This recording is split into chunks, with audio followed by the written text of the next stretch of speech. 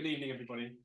My name is James Warren, and it's a great pleasure as chair of the Faculty Board of Classics to welcome you to the 2023 Corbett Lecture. Before I introduce this year's lecturer, as is customary and proper, I shall say a few words about the benefactor after whom the lecture is named. Samuel Sterndale Corbett was born in 1879. He read mathematics at Christ College, graduating with a first in 1901.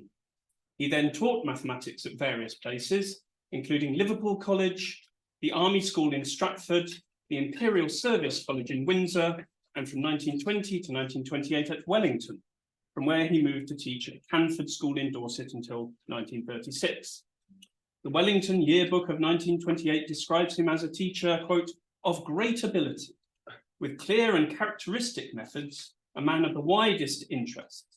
And when he left Canford, the headmaster noted that Mr. Corbett's teaching was, quote, gaining the school a wide reputation. After retirement, Mr. Corbett continued to live in Dorset, where he died in 1951. In his will, he established a substantial trust, which after the death of the first beneficiary in 1982 passed to the university, with the express hope that the authorities of the university may see their way to found therewith an annual prize for proficiency in classical Greek, to be awarded on such conditions as they think best. That's an excellent way for a benefactor to give a benefaction. Quite where his passion for Greek arose is unclear. Of course, the connection between the studies of mathematics and various parts of classical learning has been in place at least since Plato's Academy. But no matter its motivation, Samuel Sterndale Corbett's donation to the university has been put to excellent use. The Corbett Prize is given annually to the best performance in Greek in Part 1B by a candidate who began their undergraduate degree without A-level Greek, taking account of the level of Greek they had at entry. We hope that such an arrangement not only fulfills Mr. Corbett's wishes, but also appropriately honours his devotion to teaching and education. The income from the generous benefaction is also used to provide travel grants to the Mediterranean for both undergraduates and postgraduates, and to further the study of Greek in a variety of other ways, including the purpose for which we're gathered this afternoon, the annual Corbett Lecture on a subject connected with ancient Greece. And we're delighted to have us with us this year, Professor Daniel Kölligan, who holds the chair of Comparative Philology at the Institute for the Study of Antiquity at the Julius Maximilian University of Würzburg. He has published widely on the languages of Latin, Greek, and Armenian from the Mycenaean period onwards, and his monographs include a recent study of divine epithets in the Orphic hymns. He's also currently involved in a project that provides a web-based open access platform for linguistic research in ancient Indian texts. This afternoon, his lecture is entitled Nil Novi, Remarks on the Concepts New, Young, and Old in Antiquity. Professor Kölligan.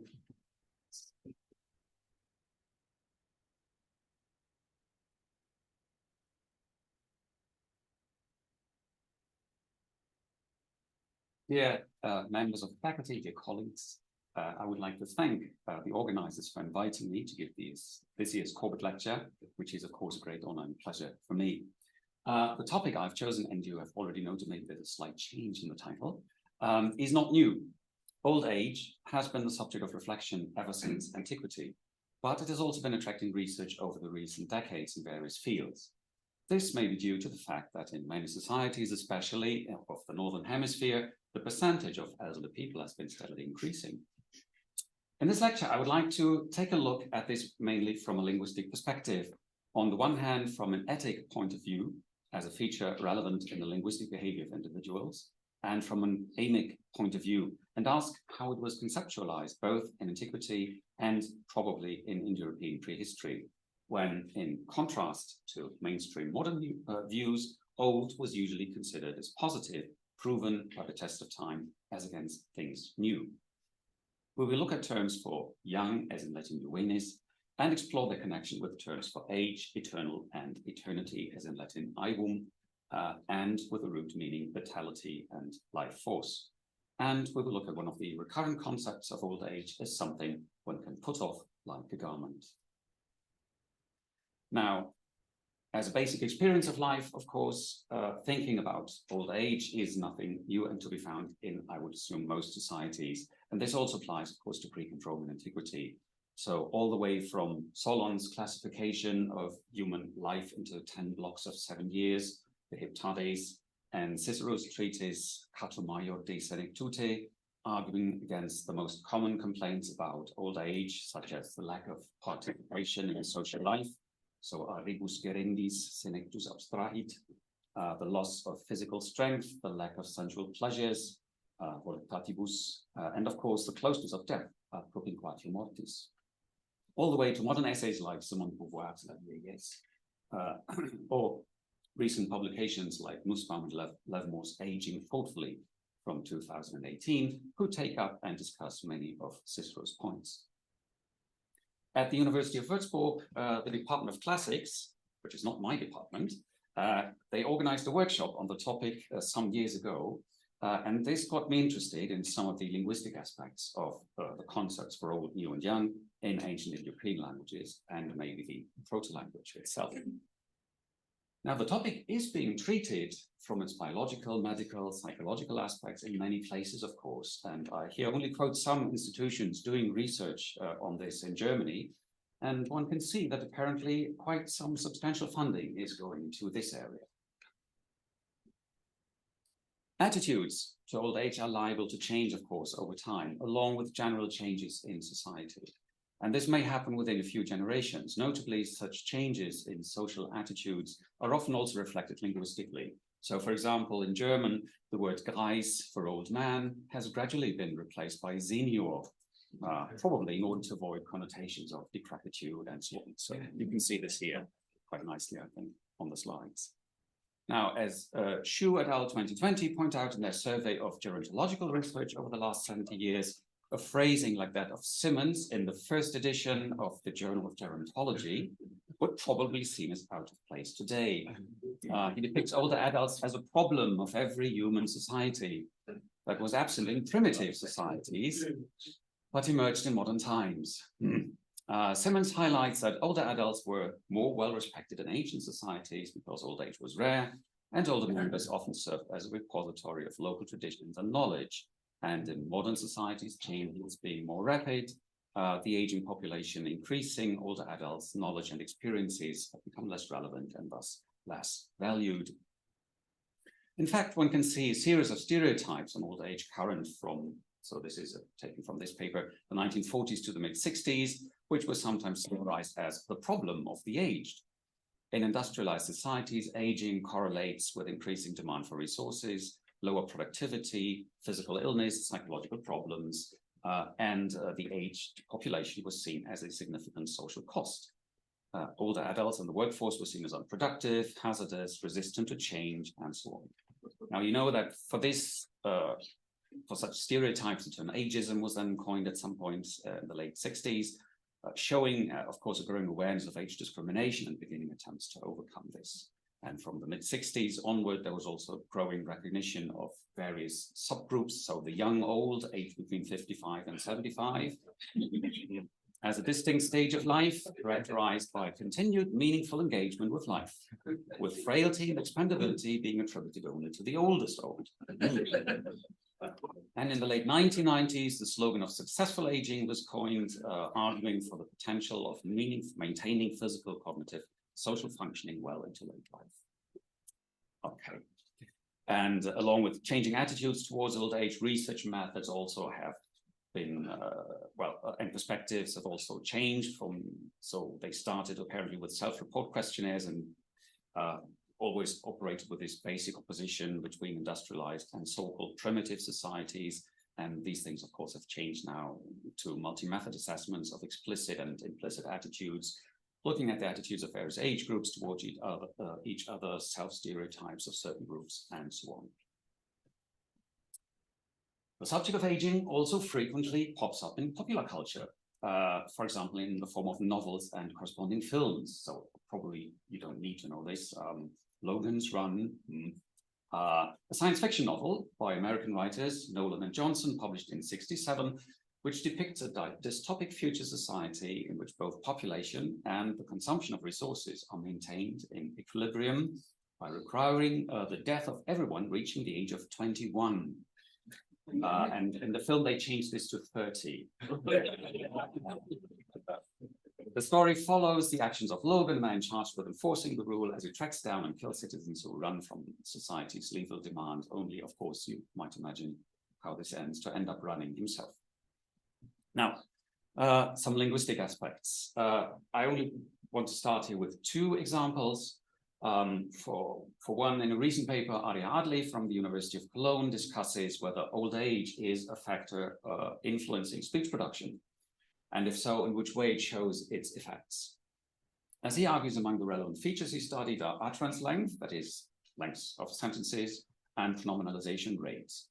And he goes on to say they both correlate with properties that are of particular importance with the elderly, cognitive health and age, while other factors like clause embedding is a robust indicator that correlates only with socioeconomic factors. And he goes on that the results of this study demonstrate that any model of electoral cohesion and the speech community must take into account the elderly, even under the debatable assumption that the elderly are not the locus of change. They will exert a growing influence as a counterforce to change. Okay, my second example is taken from one of the greatest linguists of our times, William Labov. He has shown in various studies that as speakers reach old age, they tend to revert to speech habits they had displayed prior to reaching adulthood. This can be seen in examples such as how speakers pronounce now in English the suffix ing as either in or ing, so at least that's what his study shows. And here in the graph, you can see the lines showing the percentages of non-velar in various, so low middle class, upper middle class speech, and how this develops over time of age of the speakers. Now, just as for those who don't know the background, maybe shouldn't be too detailed here. Historically, the suffixes go back to two different forms: the participle in ende in Old English, so as in beon to be, beon to being, don and donde, and the nominal suffixes ing, so for masculine nouns denoting belonging to, kind of descended from, so earm, miserable, erming, a wretch, or brand, high, and brenting, ship, and feminines, respectively, like gatherung, a gathering. And these forms then in late Middle English started to overlap phonologically and functionally, and today they show a morphologically and sociolinguistically definable distribution, and that seems to be a case of rather stable variation, with in from ende occurring with decreasing frequency in contexts like the progressive and participle show, so as in she is playing, in adjectives, a flying fish, gerunds, walking is good for health, and nouns like sealing and morning. So one might say that in is used more at the verbal end of the scale, while ing at the more nominal end. And this seems to fit their original use and distribution, hence the way these two forms currently overlap is determined by their etymological origins, one could say. So this might be a phenomenon that, for example, by the Perkins-Paluca in their work on the evolution of grammar from '96 have called source determination.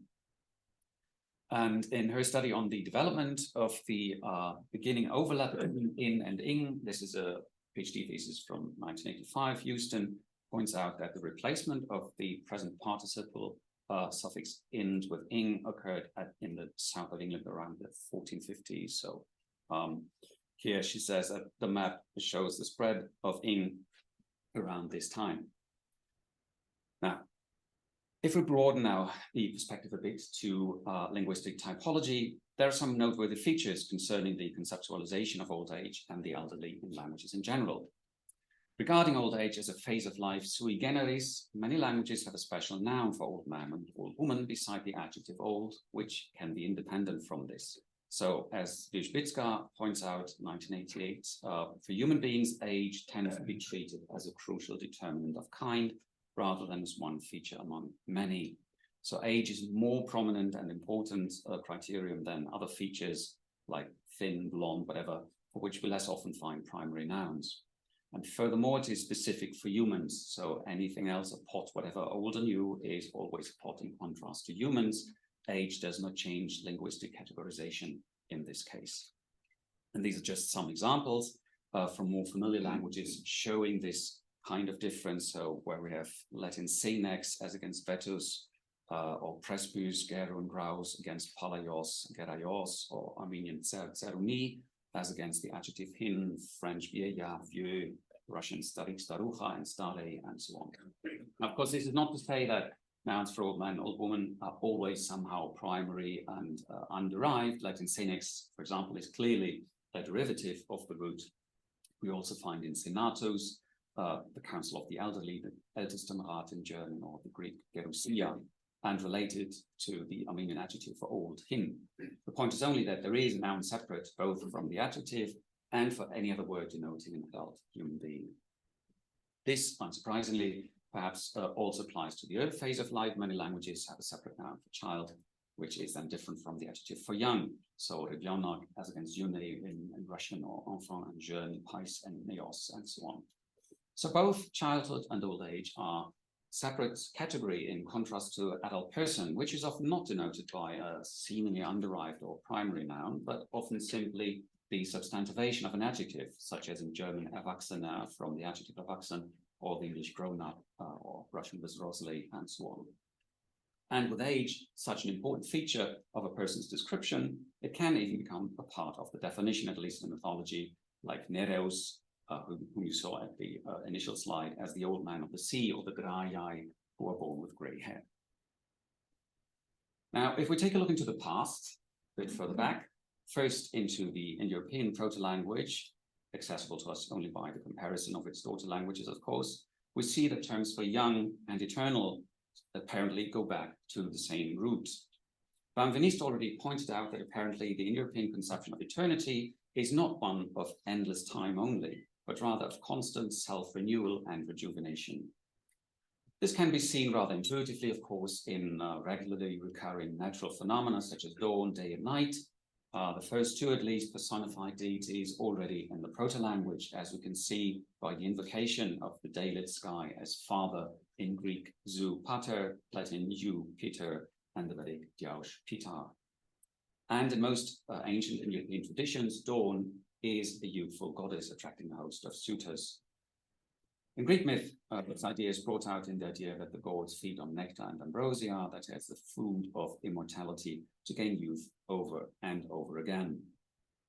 And also in other European mythologies and traditions, we find similar ideas, of course. For example, in Old Norse, it is the apples of the goddess Idun that rejuvenate the gods, as described in the prose Edda. So Panahanser Idun, hon farfreitir, Jeskusin eplu, Haure Godin Skulo Abita, Fare Faueldas, Gokverfa Alir Ungir Oxfamongera till Ragnarökus. So this is Idun, and she keeps in her casket apples with which the gods have to feed on when they age, and then they will become young, and so it will go on right up to Ragnarök, the end of the world. Yeah. Or in Irish tradition, there's a word for paradise, the dwelling of the gods, which is the Tir na Nog, the land of youth, in which Og goes back to something like European Yuwanko, young, corresponding to Latin Juvencos, the miracles of Old Irish historical phonology we see here. In Greek myth, it is well known what happens if one forgets this crucial counterpart to endless time when trying to become immortal. When Eos abducts Titanos and asks Zeus for eternal life for him, as it is reported in various sources, she forgets to ask for eternal youth, which becomes a certain problem. And a version of the myth apparently also presupposed, for example, in this quote from Mimnemos, yeah, so to Titanus, Zeus gave an evil, an immortal fate, old age, more chilling still than painful death. And as the hymn to Aphrodite tells us, then when Titanus had grown very old and grey, Eos simply shuts him up at home and leaves home by herself. So, there are other versions of the myth. One found first in Hellenicus, where he becomes a cicada. So Titanos turns into a tetix, an idea which has various interesting aspects to it, of course. On the one hand, Tithonus is depicted as a rhapsode on vases, for example. There's one in the Louvre in Paris. And on the other hand, male cicadas are understandably often imagined as singers dear to Apollo and the Muses, as you can see in Hesiod, for example. So Tetix, Katechawit, Aoidein, so brought forth the song. And in Plato, we have the Tetigis Adontes. And in that same passage in Plato, actually, he tells, or probably he invents himself, the story that the cicadas were human originally and listening to the songs of the Muses forgot to eat and drink and thus died. And the Muses granted them the gift of song and the lack of the need for food. Probably due to the fact that the cicada regularly sheds the skin and leaves the old skin behind, the exuvii, the cicada was a symbol of rebirth. Even down into the Christian era, as a passage from Mysterius seems to imply. So this is in the 4th century then, where you can see Lord. So on earth we were born like cicada and taught us to be born like them or reborn. Now the wish for long life, riches and progeny as a kind of self-renewal and eternity by proxy, so to speak, is of course found in many ancient Indo-European cultures, just as the complaint about the burdens of old age and the desire for being young again. And here, of course, I should quote the Sappho fragment from the Cologne Papyrus collection, published in 2004, which complements the Oxyrhynchus Papyrus, where we had a smaller version of the text. And this, of course, is testimony to this idea. So now, without going into any deep analysis here, which would be beyond the scope of this talk, it's sufficient just to note for now the contrast between the term for old age, geras, encircling kind of little recomposition, one might call it, the negated adjective agera on unaging, roughly in the middle of the poem, and the expressions for old age wearing down and gripping its victims, so kadeskete and emarpse, and we'll see that soon again. Young as the opposite of old has to be distinguished from new, as in Latin juvenis, as against novus. The latter term often comes with the negative connotations based on the view that what is novus has not been proved by the test of time, and certainly has no respectable lineage, let alone divine origin. So we have Latin res novi, revolution, and similar things in Greek like neotron presein in Herodotus, contrived calamity, injury, and the homo novus in Latin, of course, you know, is the upstart, and so on. In contrast to other things like antiquus, old and venerable, as in Terence, homo antiqua virtute. Probably this connotation of novus is also played at the beginning of its metamorphosis. One might at least think about this when he starts with the self-referring and slightly shocking, maybe, in nova fert animus, and so on. And in Greek, things are a bit different, maybe, since here the inherited adjective for young, corresponding to juvenis, is not continued, and nervos seems to cover both meanings. Now, this is, of course, not to say that everything new was per se negative. I think we have to differentiate here. Already in Homer and Pindar, for example, the public's desire for new stories and songs is evident. So this is here from the Odyssey.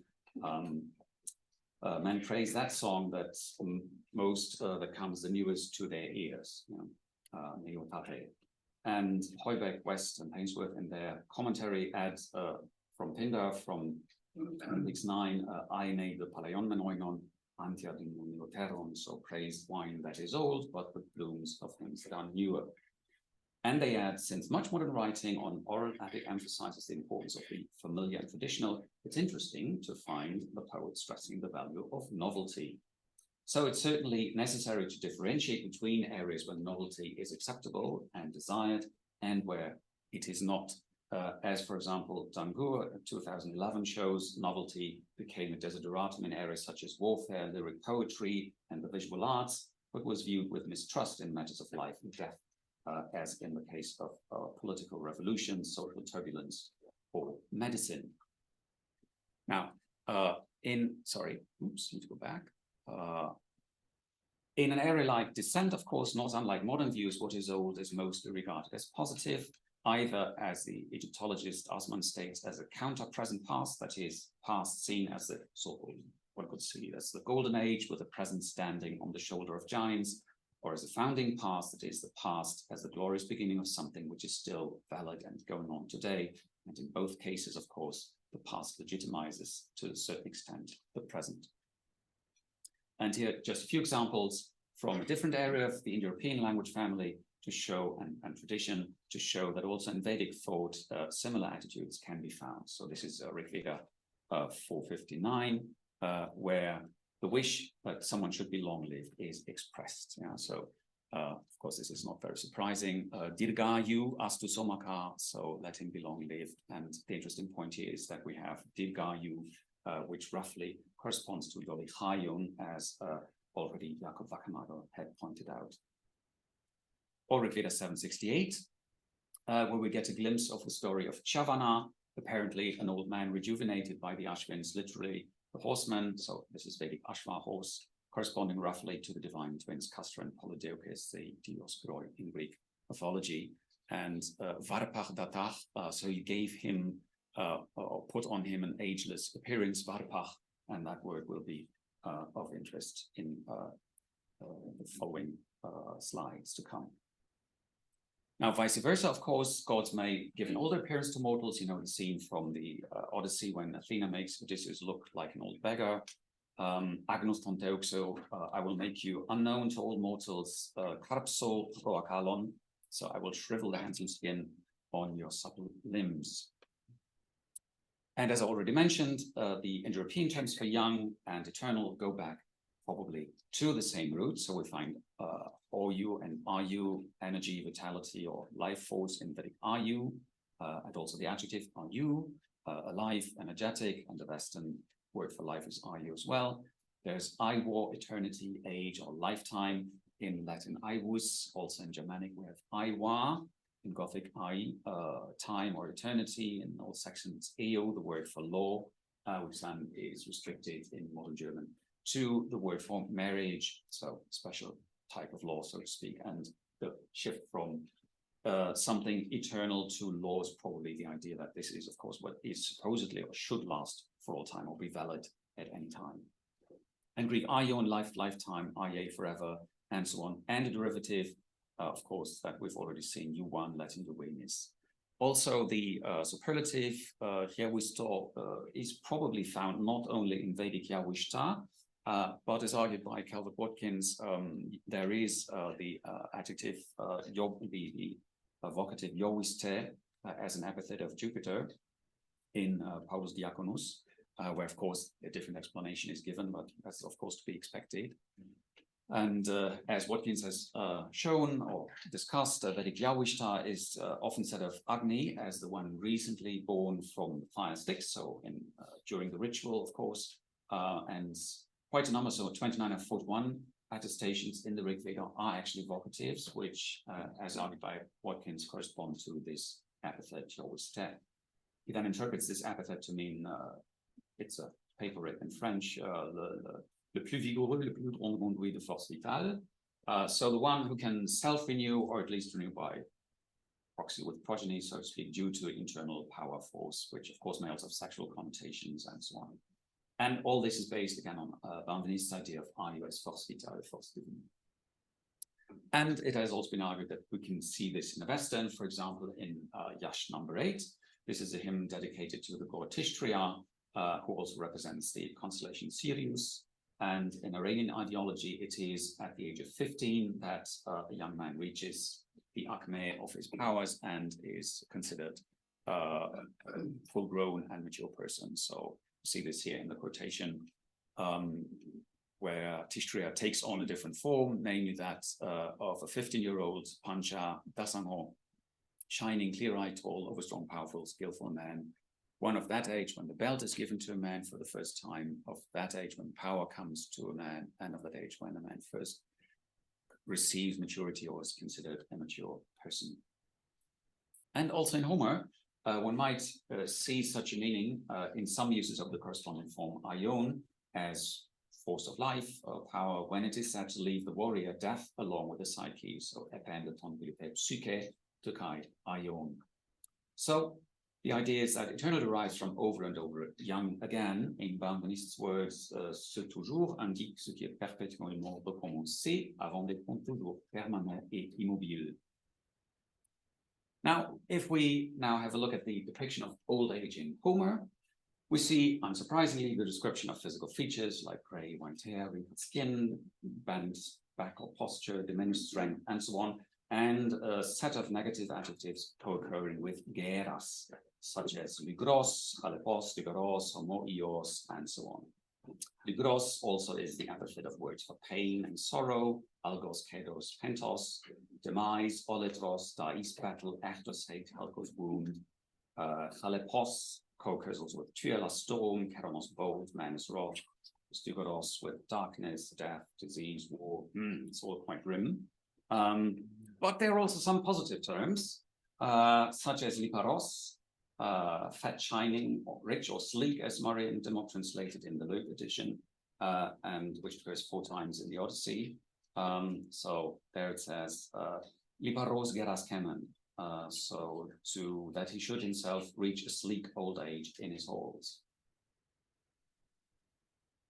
Now, a constant feature in early epic language is that like other forces of nature, such as sleep, death, dreams, etc., old age also comes over humans from outside. So here we may remember the same phrasing in the Sappho fragment, which we've seen earlier, where old age was said to grip or lay hold of man.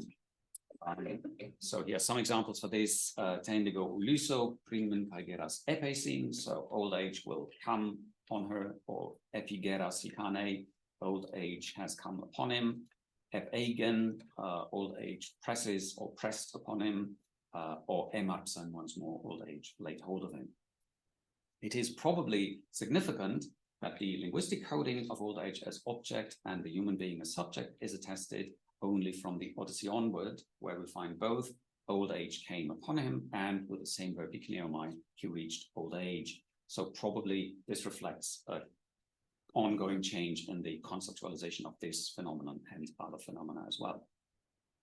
The same applies to echo. We find the subject geras in the Iliad and Odyssey, but the human subject only from the Odyssey onward. So old age has man on the one hand, aneres, hus ekegeras, and man has old age, so to speak, geras rigron ekes. Of course, the idea of geras as an external force distressing and wearing out humans is still prevalent in most instances anyway. And you see here, teide, geras teide, old age presses hard on you, and gera ite dominon, born with old age.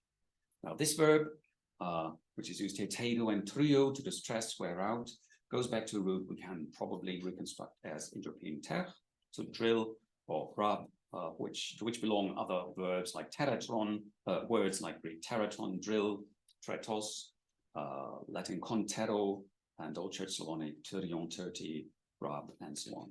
And a similar phrasing might also be seen in the Latin expression terere aevum, to wear away one's life doing things. So in Cicero, there is a passage where it says, omnem terramus inis discendis rebus aetatem. So let us avoid spending an entire lifetime in learning these things. And of course, if rub or make rough and wrinkled equals to make old by the appearance of the skin, the opposite, make smooth, equals to make young, which is obviously true for antiquity as for any modern skin softening cream, which is advertised as having this effect. Hence, one can scrape off old age. In Greek, this is used, for example, with apoxio. Sorry, skipping. Sorry, I have to go back. Yes, here we are. Geras apoxusas, stripping from me my old age and render me young again. This geras that can be scraped off can then by metonymy also refer to the exuvia, the skin left behind, as we see it used in Nicander and Aristotle, and in a similar way also in Latin senectus and senecta in Latin. So apedusator geras. So at the time when the snake, is it sloughs in English? Thanks. The withered scales of age. And in Aristotle, we have, actually, he glosses this in a way, ekdynusito de kelifos tu eros ofes to columenon geras, the so-called geras, they cast their slough, as it is called. And in Pliny, we have similar things, senectutem exuere and senectam exuendo. This idea of old age as a kind of envelope put around the body is an image current throughout antiquity, from the Homeric epics, for example, down to Macrobius in the 4th, 5th century. So again, here the hymn to Aphrodite, Geras homoion amphicalypsae, you will be enfolded by hostile, merciless old age. And in Macrobius, we have ut hedera serpens vides arborea tunicat, itame vetustas amplexo anorum inecat. Now, so as ivy destroys the vital force of trees by creeping around them, so a long passage of years is killing me.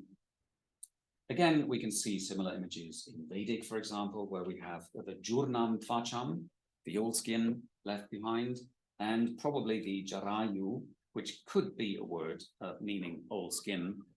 Unfortunately, this is Rig Veda 10:106, which, as Jameson and Brereton say, there is no question that this is the most frustrating hymn in the Rig Veda, so largely incomprehensible. And actually, Geltner, 1951, in his complete translation of the Rig Veda, simply leaves out stanzas 5 to 8 because it's just completely ununderstandable. So this is just a thought one might play around with, but it's difficult. So, but we're on the safe side with things like the Atharva Veda, where we have vipers that have cast off their skin near Jara Yavach and Jara Yubir with their skins.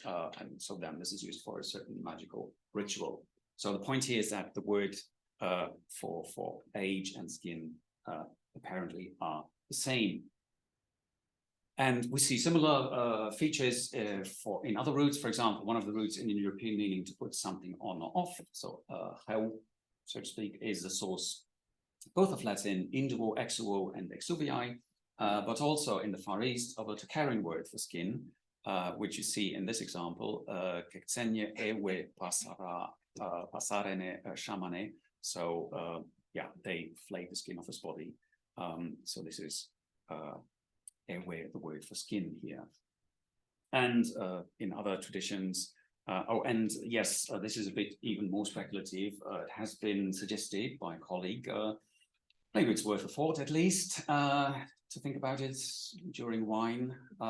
If a term for grandfather in Indo-European could be connected to this root, under the assumption that it has lexicalized the meaning, having wrinkled old skin or something like that. So we have Hittite hucha and cuneiform Luvian hucha, Latin avus, Armenian have, and so on. And so one might come up with a story how this could work phonologically. You have to think about or speculate a lot about the internal derivation, how this works. So I'm not sure. Let's leave it as a thought one can think about. We may also compare, of course, once more, Old Norse mythology and phraseology, where we find, for example, belger, bellows, so Gothic bulks, and the phrase casta elliba, cast off the skin of old age, and to rejuvenate. So here, this is a quotation where someone says, first it was 300 winters old, and then I shed the skin of age and was young again. And again, this is a bit more speculative in a broad perspective, but of course one might associate and think about the ritual act of deposing old garments and putting on new ones as a sign of initiation, renewal, and rebirth in many ancient mystery cults and elsewhere, which might be an echo of the same idea, of course, which one might even think of applying to or taking into account baptism as a kind of rebirth as well, and which implied putting off the old man and the garment, the skin, and putting on a new one, as we can see formulated, for example, in the epistle to the Colossians. You have put off the old man with his doings, and have put on the new man, who is being renewed. So apek dysamenoi on palaion anthropon. And it's interesting what Wulfila does in his Gothic translation of this passage. He uses the verb afslaupian, so the causative of sliupan, to slip, Old English slupan, and gahamon, to put on a garment.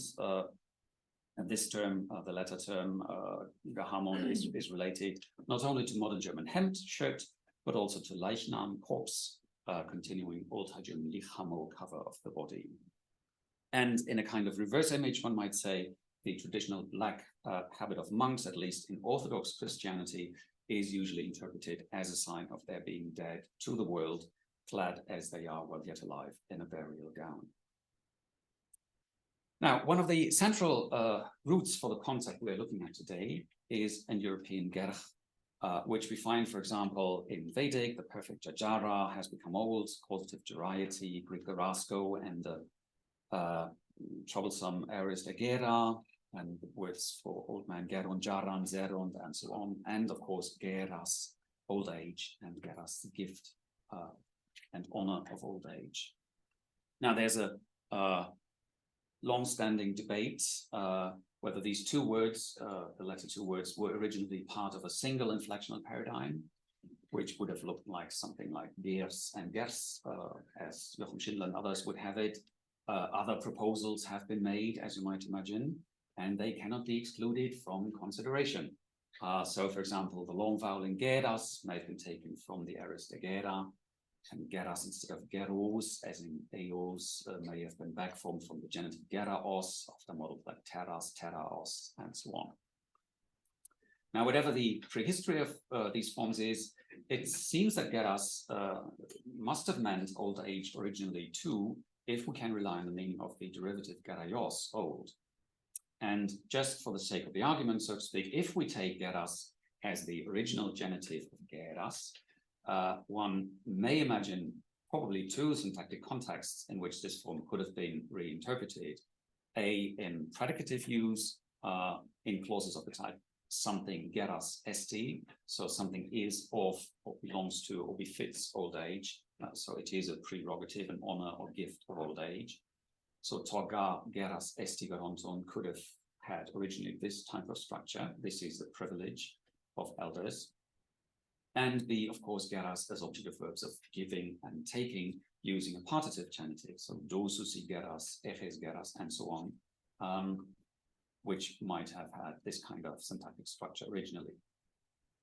In any case, the token numbers of various case and number forms of geras may speak in favor of an interpretation of geras as the old form, whereas the others that we find in this paradigm may be secondary analogical creations.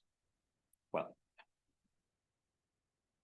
another vexing question surrounding this, these forms is whether we should reconstruct just one root, meaning both grind or rub and by metonymy wear out, make old. And formally, of course, Vedic jurna, old and decrepit, is a perfect match of Latin granum, corn, Germanic forms such as Gothic corn, and also a Church Slavonic zrno. Now, all these forms could go back to a verbal adjective, meaning ground. And by ellipsis, for example, of the head noun corn, it might have come to mean just that, which would be a process or result sometimes referred to as a transferred epithet, seen famously in cases like Latin terra, related to Greek tersomai, be or become dry. So originally an epithet of a word for earth in the noun phrase dry earth. Or take Romans, Italian formaggio, and French fromage from Latin formaticus as a recurrent epithet of caseous, cheese, in a certain form. The alternative would be to posit two separate roots, to become, make old, and rub, grind, or something like this, which then, for example, in Indo-Iranian simply merged phonologically. Now, personally, I prefer the first solution. Phrasemes like geras teido and truyu, and the image of grinding old age seen in various traditions, which we have seen today, may allow the assumption that this is an inherited concept. So just to take one other example, again, next to geras teide, which we have seen above, we have phrases like in Rig Veda 6:24, Nayam Jaranti Sharadach, so the autumns do not make him old, so which at least for the meaning would be comparable in both cases. We have a noun referring to time combined with a verb meaning grind or grow old. Now, speculating a bit more, one may probably use this imagery for further thoughts on the etymology of some of the words we have seen today already. For example, Vedic varpas, outer appearance form, which one might be tempted to connect with the Indo-European prefix off, away, and the root lep, to peel, which we have in Greek lepo, lopos, lope, lopes, clamus, and also in Latin lepos, gracefulness, and lepidus, which probably originally also meant peeled.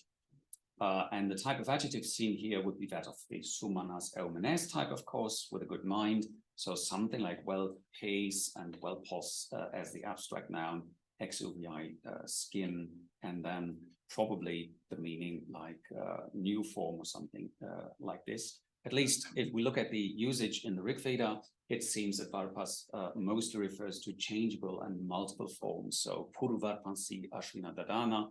So you Ashvins who adopt many different forms, or Yabich Mayabich Prati Juti Varpasach, the craft by which you are rapidly adopting a different form, and also Indra, of course, Puri Varpansi Vidvan, who knows many different forms, and so on and so on. Now, although the evidence is not overwhelming, a hint that wet and lep may have occurred together already in the proto-language could be Greek olopto, to cut out, tear out, although this is admittedly tested rather late. On the other hand, Hellenistic authors like Callimachus and Nicander are known for their faible for rare and antiquated words, so one shouldn't dismiss this out of hand from the start. So we have Edraxochaites olopsas de biefi in Callimachus, for example, or Hamegala Daivitos Hian olopsato haitan, so great Egypt Torah here, and so on. The prefix itself occurs elsewhere too, so we can probably assume it also for the proto-language. In Latin, we have vecors, vesanus, crazy, or vegrandes, tiny, vepallidus, pale, and so on. And Hittite watku, which is usually understood or explained as containing what plus the zero grade form of tek, were to run. And as for the derivation itself, wolopto could derive from a root noun, of course, wolops, wolopto. So we have lobes, at least in Ziphius, for what it's worth, or from an O-grade present like kopto, to beat, which has a parallel in Lithuanian kapti, kapu, to beat. And as for the prefixation, of course, we may compare apokopto, apolabo, and so on again. A final attempt at etymologizing on what we've seen so far today. Germanic gamala, old, and smala, small. The adjective gamala is well attested in Norse and West Germanic, so we have gamol in Old English, gamal in Old Norse, Middle Dutch gamel, and in German there is gammelig, rotten, and vergammeln, to rot, or herumgammeln, to hang out, not doing much, and things like that.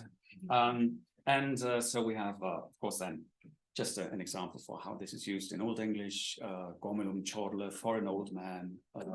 It is terrible to see some die, and things like that.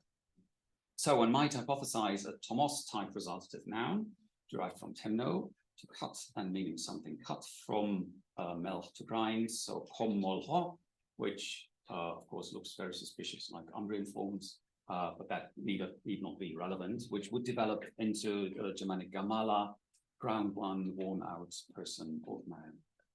This, of course, depending on how one deals with the group L laryngeal in Germanic, so expecting or not expecting a geminate, double L as its outcome, one might either suppose that this was inhibited by analogy to the verb, which is malan, or that this is simply part of the sound law. In fact, it has been argued that for gemination to occur, the accent must precede the cluster LH.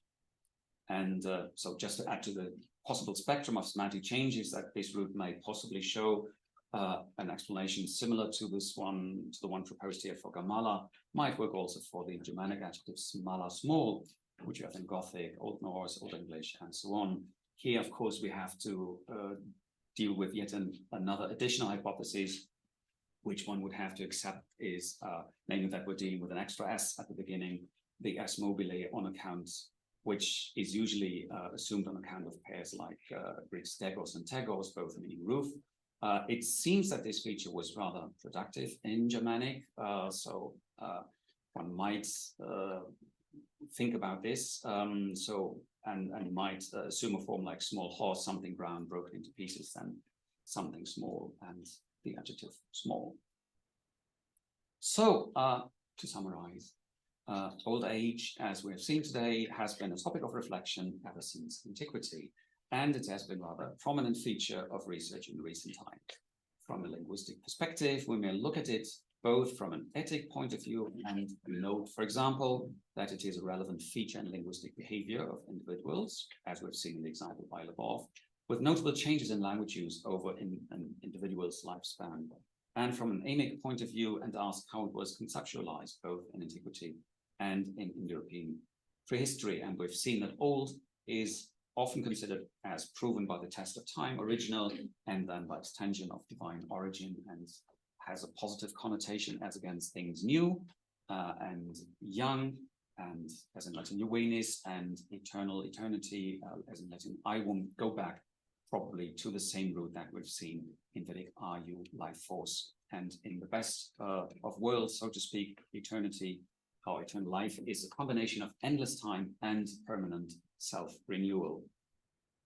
This is impossible for humans, and we find ambiguous positions regarding human old age from, on the one hand, the ideal old man like Catamayor and Geras, of course, pointing to the honor of old age. And on the other hand, we have the ridiculous Senex Amans, for example, as a stock figure in comedy. Old age is often conceptualized by one of its physically prominent features, such as wrinkled skin, and by extension, rejuvenation is seen as casting it off, as probably is the case for Varpas. So, nil novi, after all, you might ask at the end of this talk. I hope that at least some of the things we came across during this little parcours through some lexemes of Indo-European ancestry and the concepts connected with them were something new, for some of you at least, new in the good sense, of course. Now, or that it at least motivated you to consider them once again. And as Wilamowitz said, we should always be ready to learn new, zu lernen stets bereit. And that applies, of course, first and foremost to me. Thank you for your attention.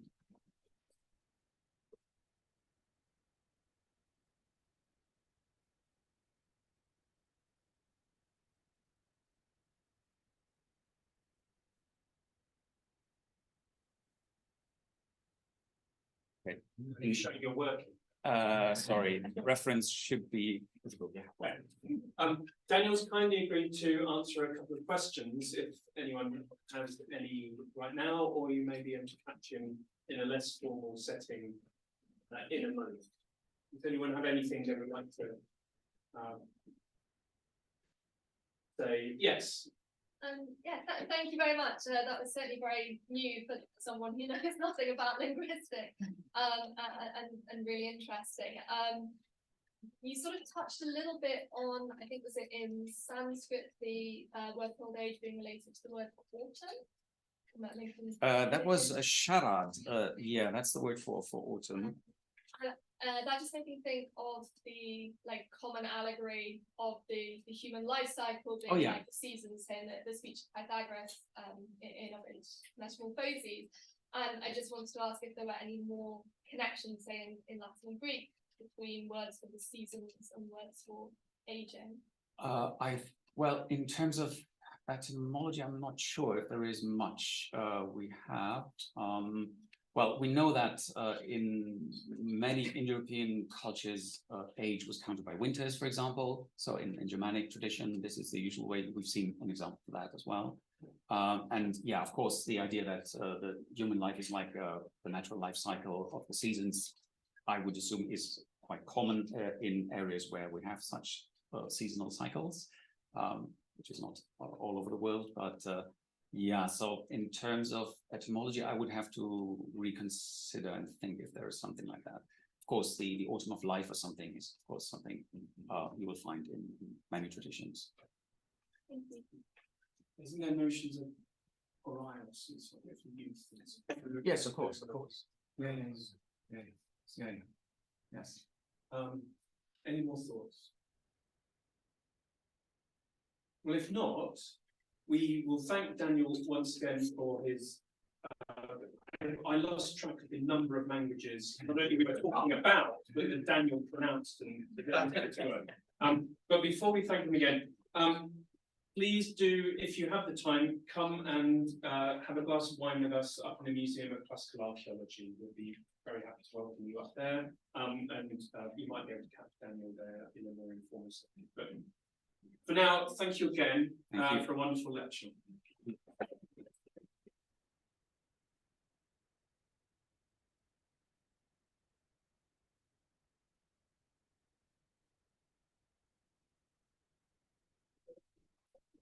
Thank you very much.